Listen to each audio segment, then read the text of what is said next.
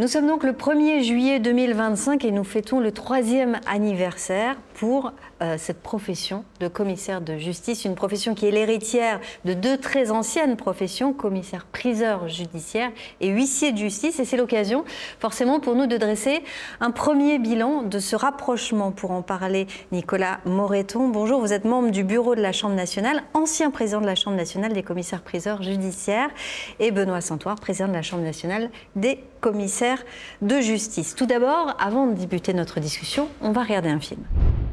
Depuis 3 ans, de nombreuses actions sont menées pour consolider le rapprochement des deux anciennes professions et déployer leur nouvelle identité commune de commissaire de justice.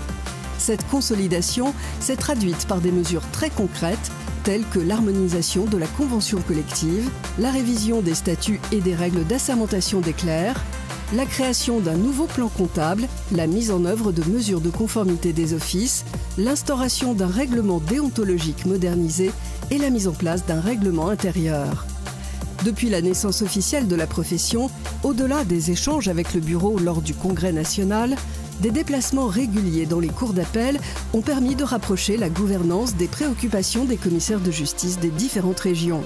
Ces déplacements ont contribué à améliorer les remontées d'informations et la compréhension des attentes spécifiques des différents contextes locaux. Un certain nombre de rencontres institutionnelles ont également permis de sensibiliser des personnalités et autorités politiques, économiques et juridiques de premier plan aux problématiques de la nouvelle profession afin de mieux défendre ses spécificités et permettre des actions adaptées. La consolidation du rapprochement professionnel se conjugue aussi avec la valorisation de l'image du commissaire de justice et de sa nouvelle offre. Les relations presse tous médias ont été démultipliées et se sont accompagnées d'un renforcement de la maîtrise des accords de diffusion et de la sélection des sources d'information confortées par la désignation de correspondants communication. Des campagnes de communication commerciale ont été réalisées et des campagnes de publicité nationale télévisées ont également été diffusées, principalement sur France TV. Les initiatives digitales et sur les réseaux sociaux se sont diversifiées avec pour objectif de compléter le référencement média sur Internet résultant des relations presse.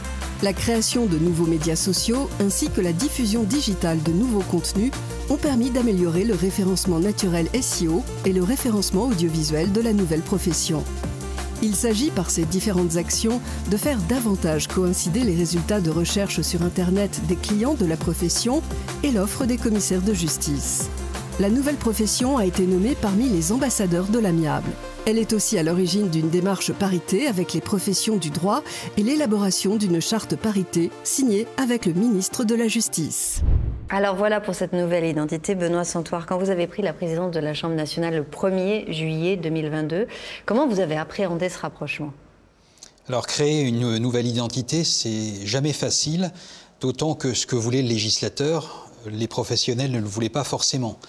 Et puis nous avions également des difficultés entre les deux anciens bureaux, une véritable défiance entre le bureau des anciens commissaires-priseurs judiciaires et celui des huissiers de justice. Donc il a fallu travailler pour restaurer cette confiance qui manquait entre nos deux anciennes professions, et c'était tout l'objet et l'enjeu de ces 3 années qui viennent de s'écouler.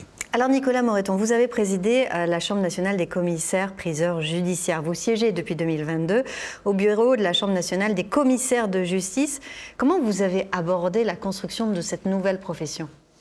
Écoutez, il nous a semblé, à moi mais à l'ensemble des membres du bureau, qu'il était absolument essentiel que ce commissaire de justice ne soit pas juste une transformation de l'ancien mot huissier de justice ou l'ancien mot commissaire-priseur judiciaire, mais incarne bien cette double identité.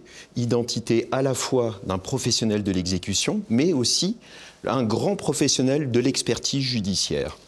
Et on y a vu une forme de chemin avec des compétences qui, dans une première partie, se juxtaposeront.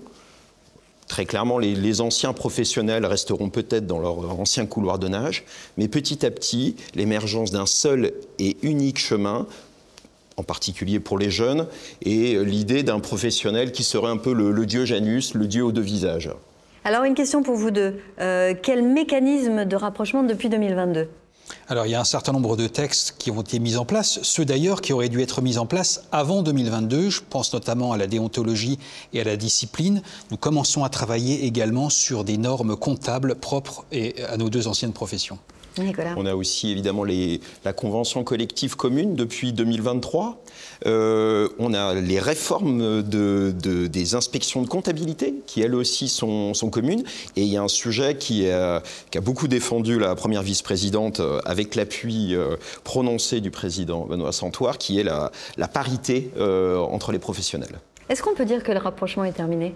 Non, il est loin d'être terminé. Alors c'est vrai qu'on sera tous commissaires de justice en 2026, mais il faut porter des sujets communs qui nous permettent d'envisager l'avenir avec de l'intérêt. Je pense notamment, par exemple, à la réforme de la saisie immobilière, qui est un véritable travail de synergie entre nos deux anciennes professions, la vérification des comptes de tutelle également.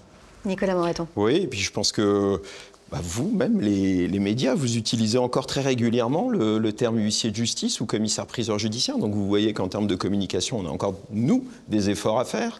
On pourrait aussi parler des rapports qu'on a avec le ministère de l'Intérieur. Nos deux professions avaient des conventions avant la réunion de ces professions. Et ces conventions doivent être mariées pour être parfaitement performantes. Alors merci à vous deux. On va à présent voir quelles sont les questions des délégués nationaux. Comment la généralisation de la dématérialisation a accéléré le rapprochement de nos deux anciennes professions? Pour approfondir les compétences de nos deux anciennes professions, ne pourrait-on pas envisager le développement d'outils numériques au service des inventaires? Nicolas Moreton, on commence par la question sur la dématérialisation. Alors, concernant la dématérialisation, ça a eu un point extrêmement positif pour les deux anciennes professions, c'est qu'aujourd'hui, on a des données beaucoup plus exhaustives de ce qui se passe dans nos études, et ça nous permet d'avoir des discussions beaucoup plus constructives et beaucoup plus performantes avec nos organes de tutelle. Et sur les outils numériques en matière d'inventaire ? Alors l'inventaire, c'est un sujet extrêmement intéressant parce que c'est un sujet transversal, encore une fois, des anciennes professions. Vous avez des inventaires en matière de voies d'exécution, vous avez des inventaires en matière de procédure collective, vous avez des inventaires en matière de succession. Et aujourd'hui, il y a des outils à développer absolument extraordinaires. Vous connaissez tous pour la reconnaissance faciale, c'est pareil pour la reconnaissance d'un objet. Donc là, on pourrait avancer très très loin et penser à des bases mutuelles pour l'ensemble des professionnels.